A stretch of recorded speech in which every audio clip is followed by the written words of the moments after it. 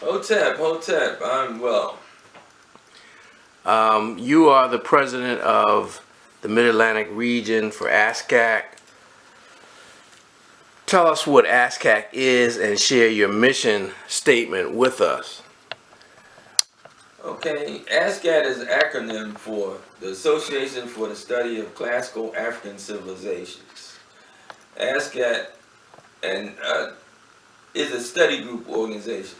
Now, we're not only a study group organization, but that is our mission, and then we use that information and we use having an African-centered worldview to work in the community and to help other organizations. Okay, so you said you wanted to share your formal mission statement, so share that with us.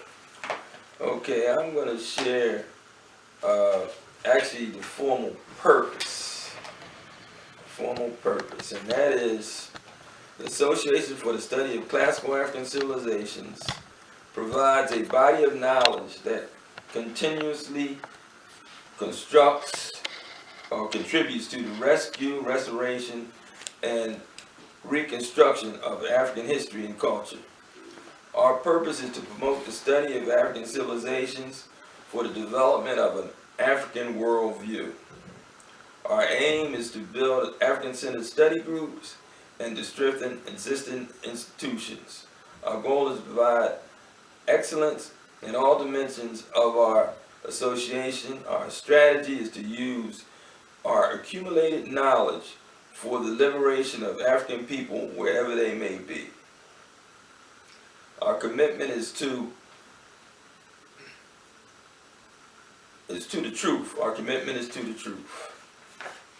All right, now your organization is worldwide. How old is it? Our organization, in its infancy, formed was an idea in 1984. It was put into practice in 1985. The organization is about 35 years old.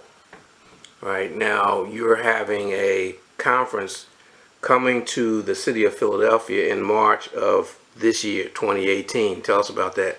Yes, in March the 15th to March the 18th, in 2018, we're going to have our international conference in the city of Philadelphia.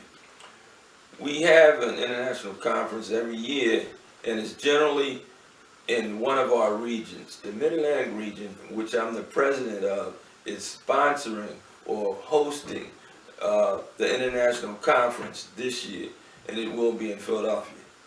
Last year, the Mid-Atlantic region, not Mid-Atlantic, Midwest region had a conference in New Orleans. And the year before was Seattle, and the year before that it was Atlanta. So we move all around the country, and we try to expose folks to what we're doing, the intellectual knowledge that we've gained and we're putting out, and to wake people up to we're not savages. We didn't come from a place of no civilization. Matter of fact, we are the mothers and fathers of civilization, and we're the mothers and fathers of the human race. At a time when people are bantering the term fake news, fake reality around, you talked about the truth, and that is one of the pillars of African society in terms of Ma'at. Why is it important that people know about ASCAC? Why is ASCAC important? And what significance will this conference have in terms of promoting truth? Well, number one, history, American history, world history, as taught by Europeans, that's all fake news. Very little of it is based on the truth. The foundation of civilization starts in Mother Africa.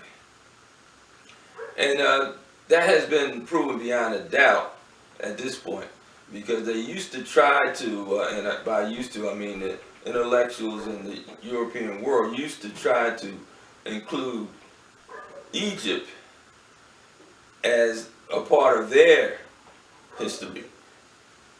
They sort of forgot to let people know that Egypt is and was in Africa, and it was peopled back in ancient time by black African people. And the pyramids and all of the writings and the hieroglyphics, which we call, or which they themselves called meta-nature, was done by African people.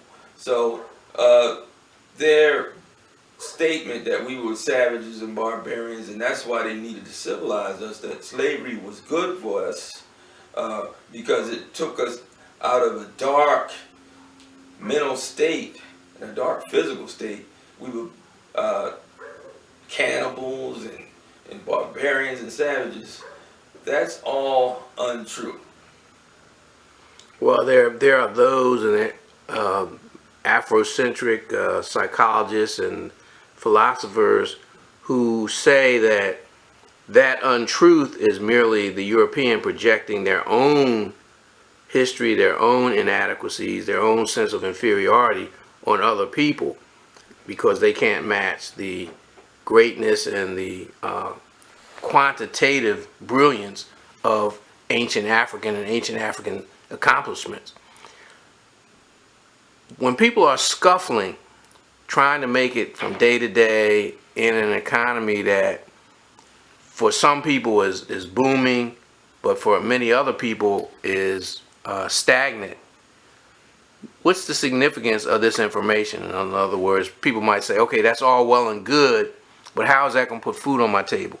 How is that going to help me survive in this society where I'm demonized, where I'm thought of as less than, and I'm a target for state-sanctioned oppression? Well, for one thing, we, as an African people, we don't have self-assurance, self-confidence. We believe, as the rap group say, we believe the hype. We believe that we are inferior. We believe that we have not accomplished anything, and therefore we can't accomplish anything. It makes us start out with a sense of inferiority. If African people just had more confidence in themselves and more knowledge of who they were and where they came from, they can deal with what's happening now, and they even can project to the future. That is the importance of Sankofa, which is reach back and get the best of what you were and use it now. And most of us, we believe what has always been said about us, and also therefore that makes us have no trust in each other, no faith in each other. So we can't even pull together. We can't harambe, we can't have unity or any of those things, because we believe what has been spread, the word that's been spread about us. One other thing, not only is African Americans in that state, but the colonialized Africans and those with the colonialized mind, they believe what they've been told about African Americans, and African Americans believe what they've been told about people on the African continent. So it's been actually a very excellent tool for white supremacy, white privilege, to keep us separated. The goal is to present our history, present truth, and given we're in a struggle, how important is it to present the factual and documentation of when we won? Because one of the things about white domination is that they're always projecting us as losers, and this whole notion that resistance is futile. And we've shown for thousands of years that we can rumble and we can win. Well, this country, with a little over 200 years, that's just like a drop in the bucket. Europe is just like a drop in the bucket. During Europe's dark ages, so-called dark ages, was the glorious ages of different civilizations, particularly in West Africa. But when you go back further than that, 5,000 years, 7,000 years, we had grandeur, great civilizations, education. We have actually generated all of the sciences, mathematics, astronomy, spiritual systems, mathematics. I might have said that already. And what has happened is that was wiped out of history, at least the history that we were taught. And not only were we winners, but we were the educators of everybody else in the world. Greek philosophy, as it is known now, and it is known as the pillar of Western philosophy, came directly from ancient Kemet, which is what they call Egypt. Socrates, Aristotle, Pythagoras, all the rest of them studied in the universities in ancient Kemet, the Per-Ankh University, University of Life. And for us to graduate from that university, we had to be in there 42 years. Now, you know they weren't there 42 years, but the short amount of time that they were there, they gained and gleaned all this information, and they stole the books that we wrote, the books that we produced, and claimed them for themselves. Like Aristotle was supposed to have written 70 books at an advanced age. And they were all different subjects. Now we know that's not realistic. Well, the other thing too is that the European, because of their orientation, they could not appropriate the information that they had, even in a holistic manner. Go ahead. But we have excelled in every area. And we have several, what I would call, multidisciplinary scholars that, or just like you say, holistic. I take, for example, one of our ancestors, Dr. Asa Hilliard. Dr. Asa Hilliard dealt with the educational system, he dealt with the spiritual system, he dealt with ancient civilization and ancient history, and he dealt with current things. So therefore he put out a lot of literature, a lot of information about how we can deal with everything that is our problems, including what our current situation is. And that's one of the things that our conference has a goal to do this year. And our goal is to look at what the ancestors have done. And we call it let the ancestors speak. There's nothing that's happening now that has not happened before. We have a 10,000 year history. And the last 7,000 is well documented. And actually it's probably a lot more than 10,000, but you have to deal with what is documented. Mm-hmm. And so all these problems, like we had the Hyksos, we had the Syrians, the Romans, and the Macedonians, Persians. Mm-hmm. We had so many people make inroads, but rest assured, they made some inroads. We beat them back. As a matter of fact, we had one of our pharaohs who was so sick and tired of it, that's Tutmosis III, that he just expanded all into Europe, mm-hmm. what is now called Europe, and he expanded and took over it all. So, and his reason was that he didn't want no more incursions on us. He got tired of them coming and trying to take whatever we had and subject us. So, what's the question? I forgot. Well, the point of promoting this truth and how and also bringing it back to the conference. Yeah. Now, what the conference is, and I'm going to read off our theme. And the theme is intellectual warfare against the assault on African humanity. African answers for a new reality. Now, that may be a little confusing to some people, but it's we're looking at our ancestors to get answers on how to deal with what's currently happening now. I'm talking about this white supremacy, white privilege, the classism, the fact that African people all over the world seem to be on the bottom. And it seems like to the average person who does not know their history and culture, that has always been that way. But not only has it not always been that way, the first human beings on this planet were Africans. And we were here for millenniums before anybody else came along. And we were the first people everywhere in the world. It's hard to believe, but we were the first people in India, we were the first people in China, we were the first people in North America. Pacific Ocean, yeah, all the islands, we were the first people. And because there were no one else but us. Now, in these different places, we developed in different ways, but it was us. These other folks came along afterwards.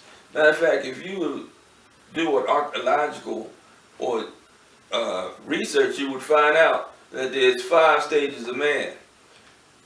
In Africa, they found examples of all 5, including the most ancient. No other continent has all 5. They may have 2, they may have 3, they may have 4, but the oldest sapien is found in Africa, and every other one. So it's just so many ways that it's proved that we were here first, and we accomplished, and we did mathematics and everything else first. Now, for example, those pyramids, it's still amazing how those pyramids were built, why they stayed there so long, especially with the damage that's been done to them over millenniums. The pyramids don't look nothing like it should look. Right. They took the outer coating off because that was the Arabs did that. Yeah, that was that valuable. Not just the Arabs, because before the Arabs even came on the scene, Persians and others were in there. Also, they took some of the stones and all that to build their mosques. When you talk about the Arabs, also besides that, they ripped off everything that was inside. Whatever they could get inside of those tombs, they ripped it off. We believe in life after death. We believe if you go through the justice scene and you your heart is lighter than a feather, then you'll go into the afterlife. So we took gold and a lot of other things with us, our different goblets and everything, which we made out of gold, with us, and we buried it in the tombs. They ripped all that off. That has been done for the longest. So everybody who was an invader came and did that. It's amazing. We had so much that they couldn't take it all. And also we had a way of hiding some things. So they're still finding some things. Right now, Tony Ryder is excavating a tomb, a pyramidal tomb that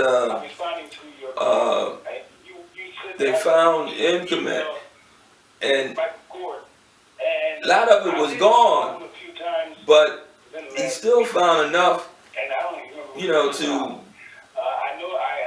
learn the history of this priest. This was a priest. So it's still a lot there, but boy, they took so much. Every museum in Europe has an Egyptian area. But also, you can go, let's say you go to a museum in London, that has a area in there where the whole Nigerian village, it has the king's stool from Hawaii. That is sacred to them. They took that from them. They have it. The soul of their people is in a museum in London. And there's the Louvre in France. all over the world, they have our artifacts, and they won't give them back. Well, tell us about the conference. It's March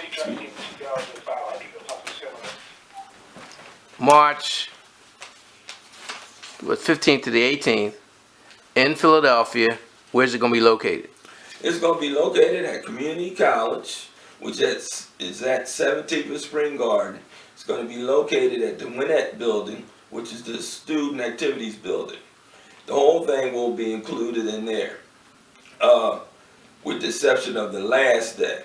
And the last day is a day where we have a general meeting and we have our regional meetings. The first day, which is on Thursday, is going to be free to the community. Even if you can't come to the conference or the whole conference, that day is free. We will meet the people, have our different scholars and different people from all over the country, network and meet the people, and then we'll have, actually before, during, and after, we'll have drumming and we'll have entertainment. So that day will be a day for the community. And then after that, we're going to have our presentations, and we've been delighted because we got over 50 abstracts of people wanting to speak on various issues in reference to African people, and from our condition now to our grandeur. All of those things are going to be dealt with. Psychological, historical, cultural, they're going to all be dealt with. So, matter of fact, it was hard to vet those people because some of them were so good, you know, that we've decided to move one part of our program and add another section of workshops. How can people get information and enroll or register for the conference? You go to our website. Our website is www.ascacfoundation.org. ASCAC foundation.org. On there, that website, you click on conferences, and then it will come up, and all of the information in reference to the conference will come up. So you can register through there. There is a price, and you can, you know, pay through there. It's 4 days, and we're bringing people from all over the country, and some of them from other parts of the world. What's the cost to register? Okay. And if you do it online, is there a fee or just? I am not sure if there's a fee if you do it online. But the cost of the conference, it depends on whether you're a member of ASCAC or a non-member. If you are a non-member, the cost for the 4 days is $200. If you are a member, the cost is $150. If you are a member who's an elder, it is $85. And if you are a member who's a student, it's $65. If you're a non-member who's an elder, it's $100. And if you're a non-member student, it's $75. Okay, so it's reasonable. Right. Do you have residential accommodations? Do you have, in other words, if there are hotels in the area, if you have give a code or something, they get a discount? Yes. We have 2 hotels that we call conference hotels. One of them is the Sinesta. That's at 1800 Market Street. That's right down $125 or $129, excuse me, at the Sinesta. At the Holiday Inn Express Midtown, that's what it's called, it's 1305 Walnut Street, and it's $134 for a double in taxes. So, and you have to get these or make these reservations for the Sinesta February 19th, and for the Holiday Inn February 14th. All right. Now, when someone comes to the conference, what could they expect? If they have never attended an ASCAC conference, what should they anticipate? Well, first let me deal a little bit more about the hotels. We have transportation taking you from the hotel to the conference, so you don't have to worry about that. You just give a donation of about $3, something like that, and we'll take you back and forth for the hotel to the conference. That's one thing. The second thing is you're going to expect to be able to network with people who are interested in the African history and culture. You'll be able to network with the various scholars. Some of them you may know or may have heard of. We're all family, so it will be no problem for you to be able to meet and talk to folks that you may have heard of. For example, Brother David Imhotep, who wrote the book, The First Americans Were Africans. A very insightful and, for some people, book that is touches on things that they didn't think was possible. In other words, the first people here in America were Africans, not Asians. Not the Vikings or not the Asians who came up the Bering Strait, none of that. And in his book, he provides a lot of proof. And a lot of it you can go see yourself. You know, so, because they were mounds here. So I don't want to get into that, you know, per se, but you get to meet and talk to all of these folks. And we have an African marketplace. Now, as you know, most African cultural events, you find some of the most unusual things at these African marketplaces. Things that you don't come across during your normal shopping. And so we're going to have probably about 10 to 15 vendors. Not all book vendors, not all clothing vendors. A good selection of different kind of vendors with different kind of merchandise. And some of it's going to be unusual. You can't get it everywhere. Matter of fact, I've bought many tapes and many other things, books that I couldn't find. You know, they were rare.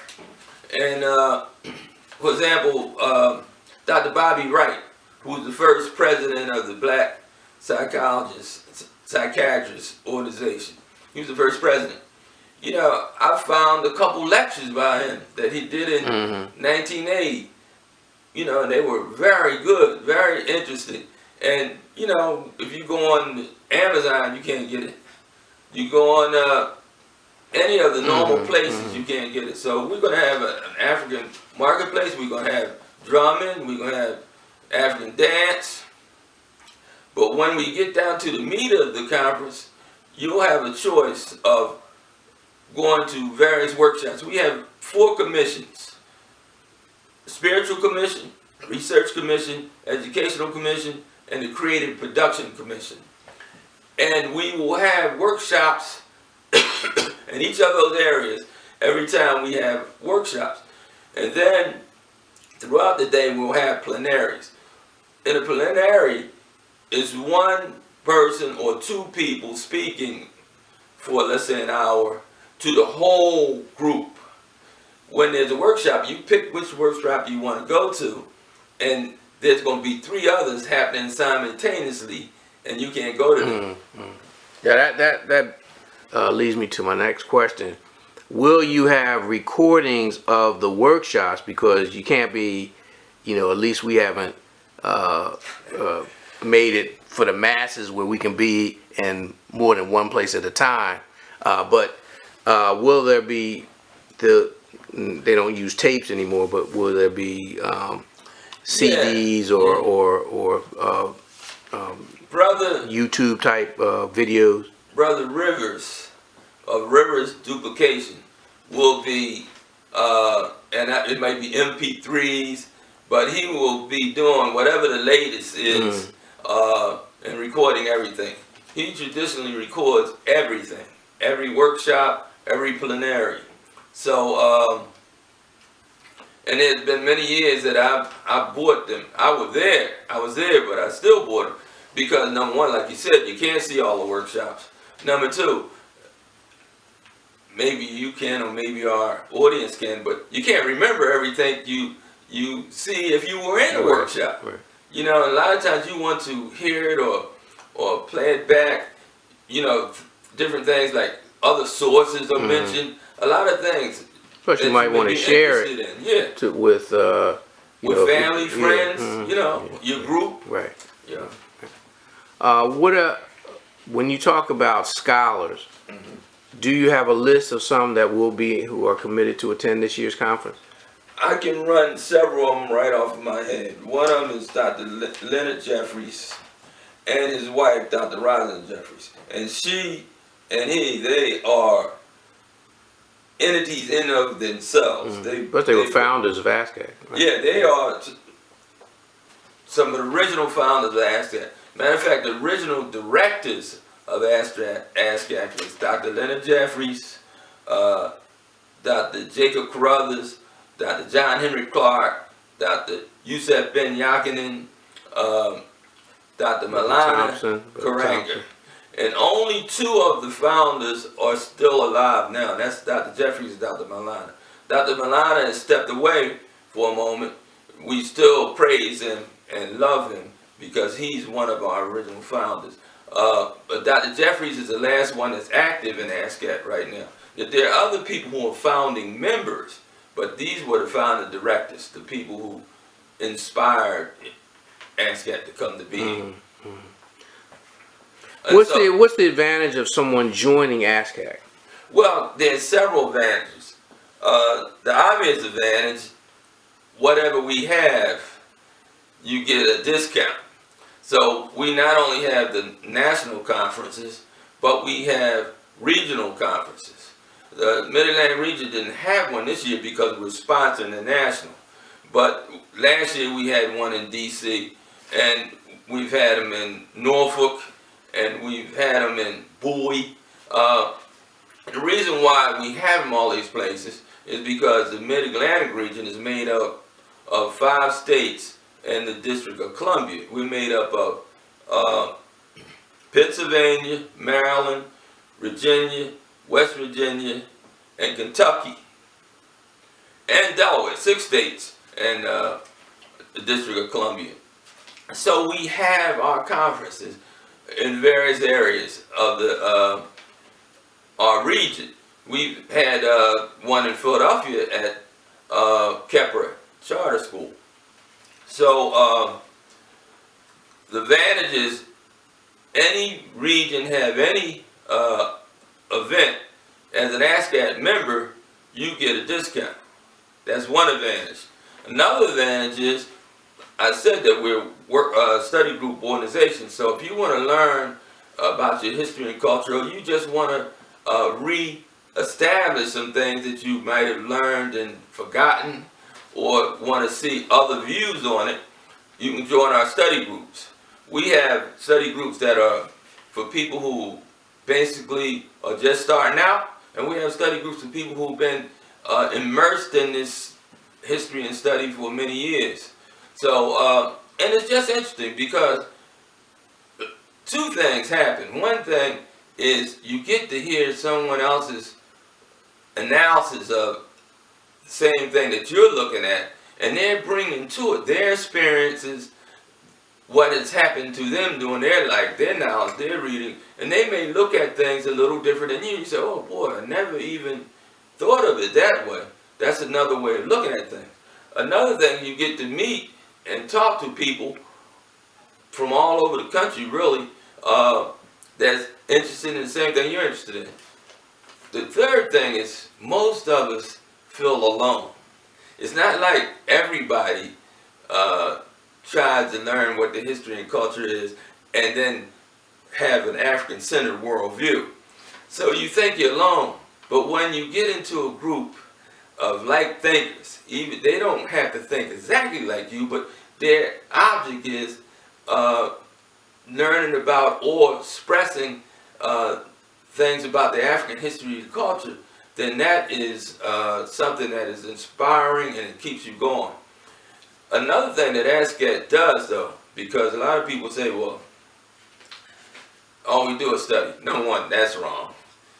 Very few people study about the history and culture. But number two, that once we study with a purpose and for a reason. We go out and join other organizations, and we help them, or they help us. It's a mutual agreement to establish study groups in their organizations, if they wish. And then we just participate in their organizations, and they get the benefit of whatever our knowledge is. I'll give you an example of myself. I'm in ASCAC. ASCAC is an organization here in Philadelphia called Avenging the Ancestors Coalition. Coalition of what? Coalition of groups, as well as coalition of individuals. So ASCAC is one of the groups that's in ASCAC. So is in Cobra. There are many groups. NAN is in ASCAC. Matter of fact, NAACP has been participating, the Philadelphia branch of NAACP. So,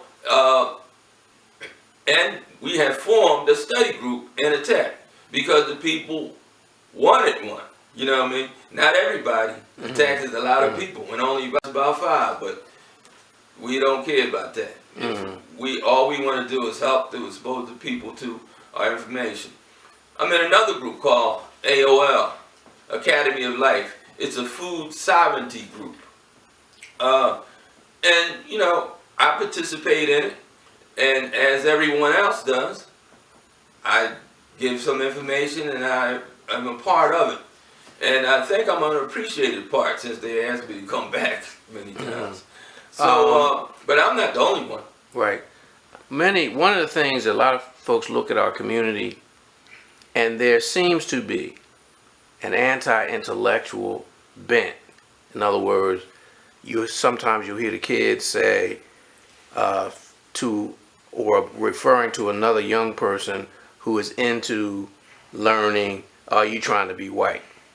What do you say to people about that, in terms of, number one, is it true? Because I don't believe that. I believe people have been discouraged, but I don't believe they're anti-intellectual. So what do you say about that? And a lot of times people think, because much of the information is so overwhelming and so deep, that a lot of folks say, well, I can't grasp that. Because it causes cognitive dissonance from what we've been told about ourselves to when they're exposed just to a little bit of the reality of the African brilliance and genius. A lot of folks can't handle it. Well, number one, that is one of the most devastating and efficient and excellent ploys, tactics that the Europeans have used, that the oppressors have used. It keeps us divided and separated. You pick out a person who wants to learn about whatever it is, be it as history, or be it chemistry, or reading some books about anything, and you pick the person who says, "You're trying to be white." Well, no. We are the original intellects. We are the original scholars. You know, the world has learned from us. You know, so you have to just straighten them out on that. And it's a tool to keep us apart. You know, keep us at each other. Because as long as we at each other, we can't see who our real oppressor is. Right. Anything pertinent about the upcoming conference that people need to know, and then we'll let you go with our gratitude and appreciation for not only what you're doing, but again, I've seen you at many events, giving support, being involved in activism in and around Philadelphia, not just Philadelphia proper. So I want to acknowledge that and thank you for that. But is there anything in closing that you want to share about the upcoming conference or ASCAC in general? Oh, wait a minute. How much are the dues, by the way? The dues are, for adults, $50 a year. For students, $25 a year. And for elders over 60, $25 a year.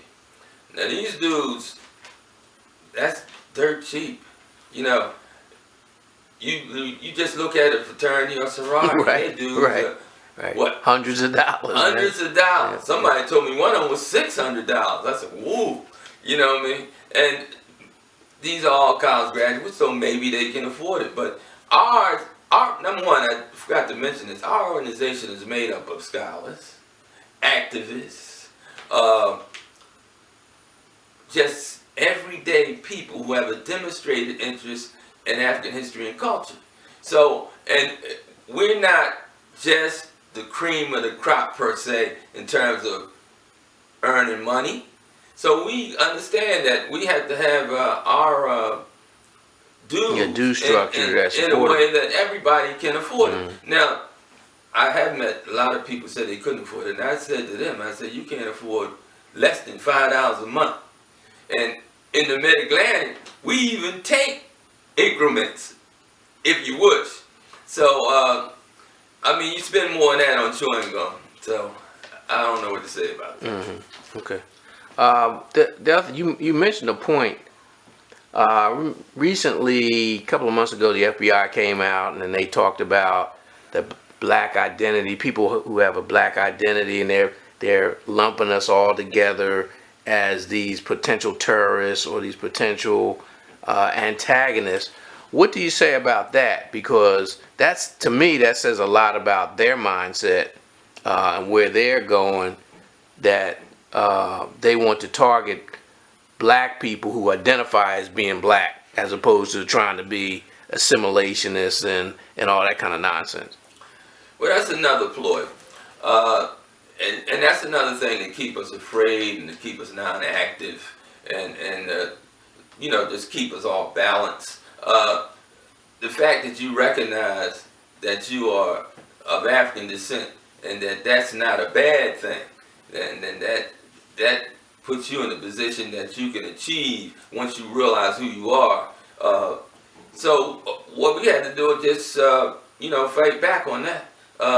Everybody who's interested in the history and culture and who wants to make things better for African people, we're not concerned ourselves about destroying white institutions or about overthrowing anything or anywhere. We want to just lift up ourselves and generate some pride and some love and a building of African people. You know, in terms of, there's many things that, like, for example, the buy black thing. I've always been involved in that. My father was involved in that without telling me. You know what I mean? He had a business. And the people who, he was a cleaner and tailor. The people who did the actual chemical cleaning of the clothes, that was the black people. The people who delivered the clothes or delivered things to him, that was black people. He purchased everything he could. He had his handyman and all those were black. Now that didn't make us white. Right. That just means we were pro-black. And my father didn't really say it to me or intellectualize it or talk it, but I saw it after a while, you know. So all I can say about that is keep on pushing. Give us the website URL again and the dates of the conference. And is there a registration deadline? I'll deal with the first part first. It's www.ascacfoundation.org. And there's a registration deadline for the hotels to get the hotel price. There's no registration deadline for the conference. But I would say if you mail in something in, you know, you got to mail it in at least 5 days before the conference because we won't get it and we won't have any proof that you mailed it in. So, but you can always go on our website and join that way. Okay. All right. Baba McCoy, we appreciate what you do. We appreciate you, and we wish you best for your upcoming conference. And I appreciate you too. Thank you very much. All right.